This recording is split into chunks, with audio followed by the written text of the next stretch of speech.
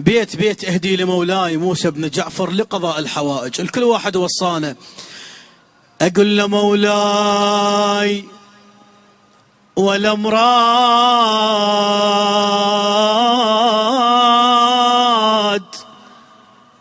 المصابك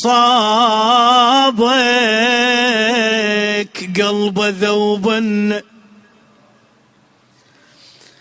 ولا مراد وألم رايح يا ابو طلبه.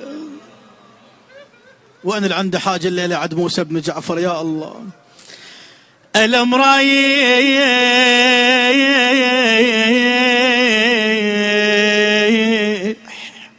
نزلت دمعتك، ها مكسور قلبك وماد ايدك للجوادين، ان شاء الله ما يخيب املك. ألم رايح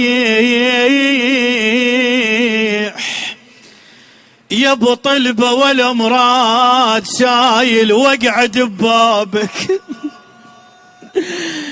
مولاي يا باب الحوائج انا سايل واقعد ببابك والمراد منك رايده يا ابن الزكيه، يا منك رايده يا ابني يا ابني الزكيه.